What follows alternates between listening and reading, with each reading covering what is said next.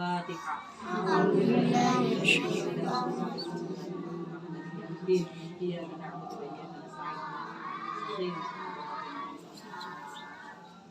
Selanjutnya mari kita hadirkan Fatihah untuk anak cucu kita, semoga menjadi anak yang soleh. Amin. Iman dan Islamnya dijauhkan dari segala Al-Fatihah.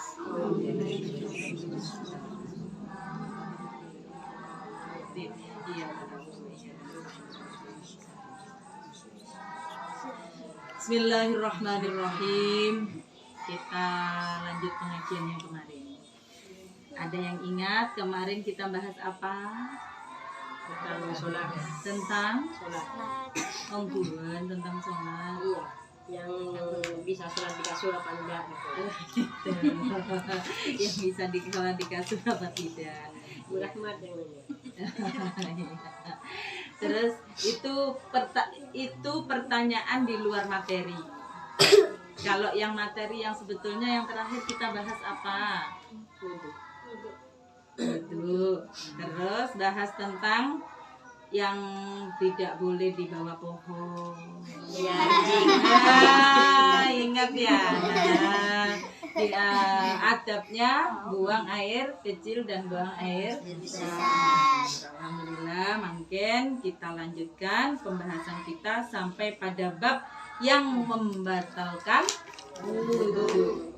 Kalau kemarin kita berbicara tentang fardunya wudu. Enggak panjenengan? Ada berapa yang fardunya wudu? 6.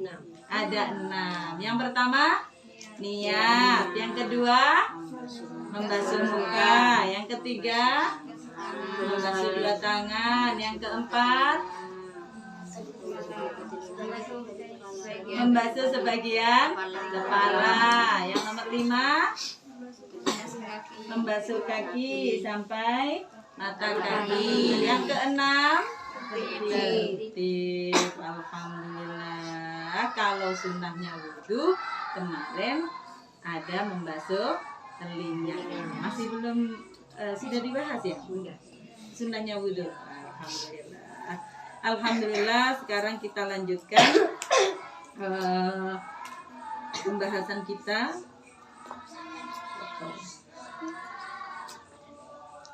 Yang membatalkan wudu sudah, Bu? Belum ya? Bismillahirrahmanirrahim. Bismillahirrahmanirrahim. Walladzi yanqudul wudu'a faslun ay hada faslun walladzi yanqudul wudu'a sittatu asya. Yang membatalkan wudu itu ada 6 perkara. Sama, kalau fardunya wudu ada 6, kalau yang membatalkan wudu ada 6. Yang pertama, ma kharaja minas sabilaini.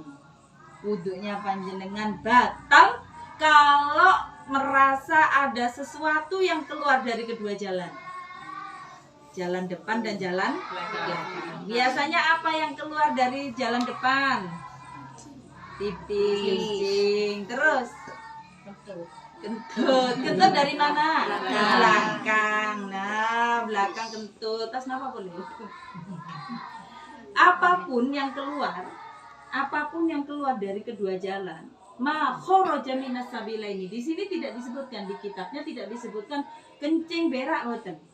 Yang membatalkan wudu adalah pipis, berak, tidak begitu, Bu. Tapi di kitabnya disebutkan ma kharaja minas sabilaini. Jadi apapun yang keluar dari kedua jalan itu membatalkan wudu. Jadi panjenengan merasa sesuatu ada yang keluar, padahal ini pipis, kan? Anak-anak kita, kalau anak sudah kelas 3 SD, kelas 4, coba jenengan lihat kalau dibuka celananya, dibuka katornya itu juga sudah mulai ada bercaknya. Nah, itu sudah potensi bahwasanya kita ini orang bini ini kan cetak pada ruteng pakai. Kalau orang perempuan itu ada kesehatan, ada alat reproduksi nih kan, jadi mesti keluar cabecah ini kan mesti dicak. Jadi kalau keluar segala sesuatu yang keluar dari jalan depan dan belakang itu membatalkan wudu. kentok, ngingik, keluar air, pakai tekemining sekuni. Nah apa pun pokoknya ini kalau sudah terasa basah, terasa katoknya basah, itu sudah membatalkan wudu. Wan naumu, yang kedua adalah wan naumu ala ghairi hayatin mutamakkinin. Yang kedua yang membatalkan wudu itu adalah tidur yang tidak menempatkan tempat duduknya. Maksudnya duduknya ini kan tak sepak. Maksudnya duduk tak sepak dari mana nih kamu? Kalau duduk kayak gini. Kalau duduk sepak itu gini sudah. Seperti apapun duduknya panjenengan, duduk yang mutamakkinin itu sekiranya kalau panjenengan mau kentut itu masih mau sama panjenengan angkat dulu. Kalau misalkan panjenengan duduk terus ternyata masih bisa kentut, misalkan, berarti itu sampai duduknya bukan nggak ghairu mutamakkinin. Apalagi tidurnya tidur. Ada bantal tidur. Kan enaknya ini kalau kentut. Nah, kalau jenengan tidur begitu endi wudu nggih mare maghrib salat. Allah salah starena salat panjenengan kita kentok tak keluar napa dari jalan depan belakang. Panjenengan terus berarti ndak batal. Terus bisa melanjutkan ke salat isya. Gitu. Setelah melanjutkan ke sholat isya misalkan atau ketika sebelum sholat isya panjenengan tak kentok, tak ngingik, tak napa neng ya ada TV king ternyata moro-moro sampean tertep. Nah, tertep tidur. Itu namanya tidur. Kalau jenengan duduknya tidak mutamakin, kalau ghairu mutamakkinin tak pas duduknya itu batal. Kalau duduknya pas takbir nyander seni kan panjenengan ndak batal walaupun hideh tepuk pakun tajukna nikah wiritan dan teh isya make seni walaupun jenengan tidur ndak batal maksudnya nggak batal. Iya, kalau duduknya sepak. Mon tertep tapi tajukan nggak nikah panjenengan. Saya. Batal. Jadi tidur itu membatalkan wudu. Panjenengan tak kengeng biasanya mau nang masjid tek dentekan waktu subuh misalkan panjenengan datang, saya sering kayak gini. Ibu-ibu datang waktu dulu di pondok juga sering gitu. Sudah mau nunggu subuh kan tak ketondok nggih mare salat hajat, mare salat tahajud, entek subuh panjenengan sambil dung tedungan sambil jek kok tak bantalan jek berak tedung cek gitu membatalkan wudu. Enggak boleh. Jadi harus kalau mau sholat harus wudu gitu. Ya, kecuali kalau duduknya panjenengan takdir nyander duduk anteng begini walaupun jenengan gerak seperti tadi yang sama walaupun jenengan geraknya seperti ini tetap tidak batal wudunya tidak batal kalau begitu ya. Jadi yang pertama tadi apa keluarnya segala sesuatu dari kedua jalan. Jadi jenengan harus hati-hati kalau ada terasa sesuatu keluar berarti sudah membatalkan wudu. Yang kedua adalah tidur yang tidak menempatkan tempatnya. Wazawalul aqli yang nomor 3. Wazawalul aqli dan hilangnya akal. Bisyukrin au marodin. Hilang akal nikah sebab mabuk atau sakit.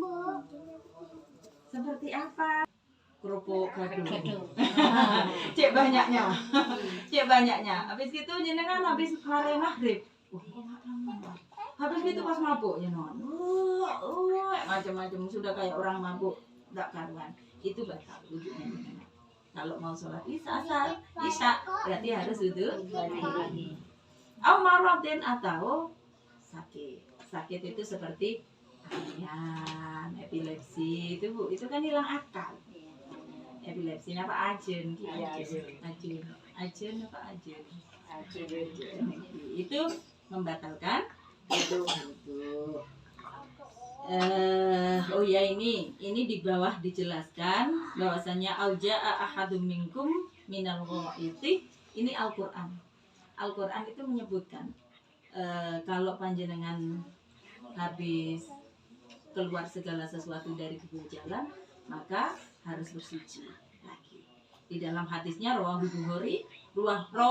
Bukhari an Abi Hurairah radhiyallahu anhu qala, dari Imam Bukhari, terus diriwayatkan oleh Abu Hurairah, beliau pernah mendengarkan bahwasanya qala Rasulullah, bahwasanya Rasulullah itu pernah bersabda, la yaqbalullahu, Allah itu tidak akan menerima solata ahadikum, solatnya salah satu di antara kamu semuanya, di antara kita semuanya, idza ahdasa, kalau kita ini membawa hadas, hatta yatawaddo, sampai kemudian kita mengambil wudhu kembali. Jadi hadas itu ada berapa kemarin?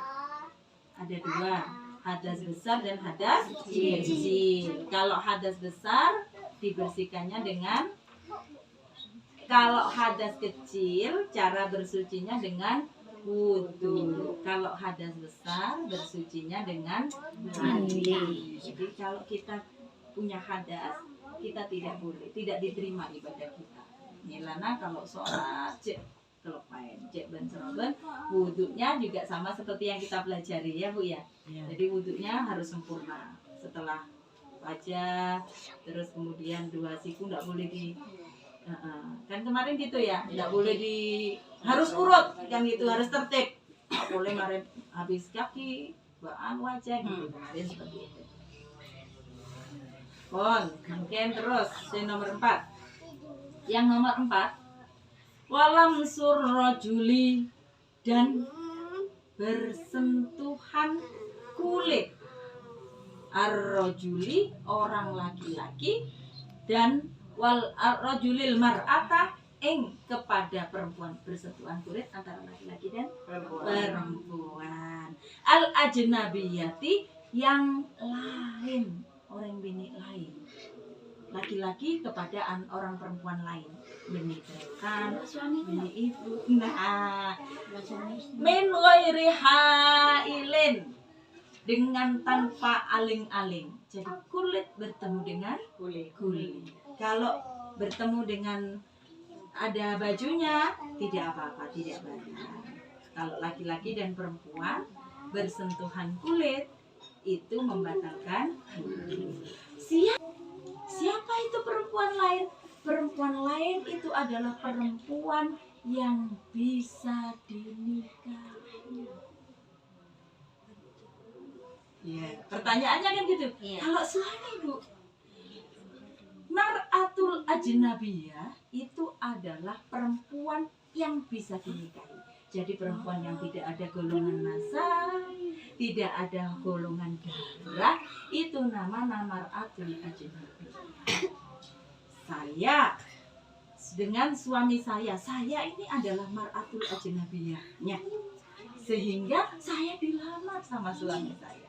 Setelah dilamar, jadilah kita suami istri. Kenapa perkawinan saya sah dengan suami? Karena saya ini bukan perempuan nasab yang tunggal nasab sama dia. Saya orang lain, saya Lumajang, suami saya Jombang. Kan gitu. Maka perkawinan saya sah. Terus bagaimana dengan wudhu saya? Batal. Mak bisa jadi apolong teh dunta. Mak wudhu batal. Nih kan, mar'atul yang tidak membatalkan wudhu itu adalah perempuan yang bukan orang lain, orang yang ada hubungan darah, ibu, adik, mbah. Ukurannya Bu, yang sama kalau pengen mudah, pengen gampang nyari orang si ajnabiyah, apa orang si beni orang lain, itu gampang. Kalau sampean tak nggak boleh menikah, kan berarti nggak boleh kumpul, gitu kan? berarti tidak boleh kumpul, berarti tidak batal wudhu. Sama bapaknya kan tak kenging, masa kumpul sama bapaknya? Berarti tidak batal wudhu. Berarti ini kan bukan orang lain, tapi tretan hidup. Itu nih kalau jenengan dengan ponaan boleh jenengan menikah dengan ponaan? Tidak boleh. Besok kita belajar yang lebih tepat. Sekarang saya kurang begitu panjang waktunya. Besok saya akan kasih tahu jenengan siapa saja perempuan yang boleh dinikahi. Jadi bukan yang nasab ya. Nanti itu Al-Qur'an, ada di dalam Al-Qur'an. Makanya yang penting sekarang kita semuanya memahami bahwasannya suami dan istri itu batal wudhu. Kalau panjenengan tanya kalau jenengan tanya siapa yang mengatakan? Yang mengatakan bukan saya. Jangan Bu Iva. Saya bukan caan saya. Yang saya baca ini adalah kitab Fathul Qorib, kitabnya Imam Syafi'i. Apakah ada imam lain yang mengatakan tidak batal? Tapi bukan Imam Syafi'i. Udah wudhu, kan sama kentut gitu kan itu perasaan sudah sholat ya, itu perasaan kayak kentut, tapi enggak cium bau, enggak ada bunyinya gitu. Nah, ini jenengan harus peka. Terasa keluar sesuatu apa tidak dari dua jalan.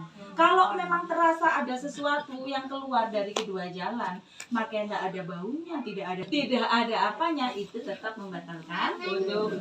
Soalnya kan ada yang bilang katanya itu godaan setan. Kadang berarti harus ke keyakinannya sampean ya. Kalau keyakinannya sampean, pokoknya kita sekarang tahu bahwasanya keluarnya sesuatu membatalkan wudhu. Jadi jenengan harus yakin sudah. Romasa terasa keluar apa tidak? Kalau enggak terasa terus, kok taruh sama masih beda perasaan. Misalkan, ya sudah langsung diyakinkan kalau memang jenengan enggak merasa. Kalau enggak merasa. Kalau merasa keluar sesuatu, makai sobung beuna, makai sobung suara, ya berarti batal. Perak. Kunjak tak bau. Kunjak tak bau remeni kentok salah, Bu. Kalau keluar walaupun tidak, kalau jenengan terasa ada yang keluar, walaupun tidak terasa baunya, tidak terdengar suaranya, tetap membatalkan wudhu. Tak sebaliknya, kalau sampean tidak merasakan tapi mak ngasih kasaan kentok ya, nggak usah dipikir Bu, sholatnya sampean mikir kentok Mas. Dulu kentok apa benih ya? Terus ya terus apa aja ya kentok. Nah, itu khususnya dengan sholatnya mikir kentok. Jadi kalau sudah yakin harus yakin. Jadi di dalam kaidah fikih itu begitu, al yaqinu la yuzalu bisa. Jadi yakin itu tidak bisa dikalahkan dengan keraguan. Jadi kalau mau pun yakin tahu sana ragu kentok apa njuk ya? Njuk apa kentok ya? Ini kan tidak bisa. Karena keyakinan. Jadi cerita ini saya, nanti tidak selesai ini. Tentang yakin dan ragu. Suatu ketika ada salah satu cerita. Ini cerita dari keluarga saya. Pada saat ngaji, beliau itu ngaji, kakak saya sendiri ngaji, beliau berceritakan suatu kejadian pada saat dulu dia mondok. Ada santri subuh jalan ke masjid, gitu ya. Jalan ke masjid, begitu jalan ke masjid di perjalanan kok malam namanya subuh kita padang panjenengan berangkat ke Masjid Al-Ikhlas, sebelumnya subuh kan enggak terang. Begitu jalan, di jalan ada buntuan, beda kresek, ada barang sak kresek jatuh di jalan. Habis itu jalan, beda buntuan gitu. Paling sampah, gitu kan? Paling sampah, terus sama jalan. Ragu-ragu dia kok, mon sampah. Mon sampah, mon pesek. Kembali lagi, mau diambil, kembali. Begitu mau diambil, mon pesek. Mon beli sampah pas ngingin kan baci lah beli boleh ke masjid, berangkat di masjid ki kepikiran mulai boleh, kita boleh. Iya mau gitu kan? Iya mau sampah. Dengguring gitu ya. Kalau makanan kan enak, balik lagi. Terus dibuka, begitu dibuka, mau dibuka ini sudah mau meyakinkan diri. Bismillah, buka, kok apapun isinya dibuka. Akhirnya dibuka. Kan? Apa isinya, Bu? Bukan uang. Itu kalau ragu-ragu. Makanya ragu-ragu itu merusak amal. Jadi jangan ragu-ragu jangan. Biar tidak begitu. Dibolian berean. Sampah apa besar yo? Makanan apa tai? Posang. Makanya kalau sudah sesuatu yakin sudah. Wah, mak baru buntu aja ini tanggung. Beres sudah. Tak usah dibeli. Makasih. Jadi tidak itu ragu-ragu itu merusak amal. Jadi jangan ragu-ragu ya. Jadi apa namanya standarnya amal itu harus pada dirinya sendiri. Keluar sesuatu yang membatalkan wudu adalah keluar sesuatu dari kedua jalan. Rasakan dulu. Kalau ada yang keluar, ya berarti wudunya batal. Walam surrojulil mar'atil ajnabiyati. Pun tak protes dengan bahwasanya suami istri batal wudu. Berarti suami istri batal wudu. Yang tidak batal itu sama ibu. Kenapa kok ibu tidak batal? Kumpul sama ibu enggak boleh kan, jadi enggak. Kalau kumpul sama istri boleh. Berarti kedudukan istri dengan ibu itu tidak sama. Kalau kita suami atau kita ada hubungan dengan ibu itu namanya hubungan nasab. Tapi kalau suami istri bisa berkumpulnya, bisa kemana-mananya bareng, itu karena akibat pernikahan. Berbeda hukumnya. Dan Al-Quran itu membedakan hukumnya antara nasab dengan akibat perkalian. Ya Allah, sudah 4 yang dibahas. Yang ke-4 sama ke-6 saya lanjutkan besok karena ini panjang. Besok saya terangkan mar'atul ajnabiyah itu siapa saja. Baru kemudian kita yang kelima itu menyentuh farjinya anak Adam. Lagi bagaimana menyentuh farjinya mayit. Apakah mayit batal? Besok kita belajar ya. Semoga bermanfaat, semoga kita diberi kesehatan semuanya. Semoga senantiasa saya dan panjenengan diberi istiqomah untuk senantiasa menuntut ilmu. Jangan capek-capek ya. Cek mudep, cek mukuk, entar ke pengajian. Karena semuanya kembali kepada kita dan menjadi pengajian. Insya Allah sedikit amal ibunya menjadi kebaikan untuk anak-anak kita. Al-Fatihah.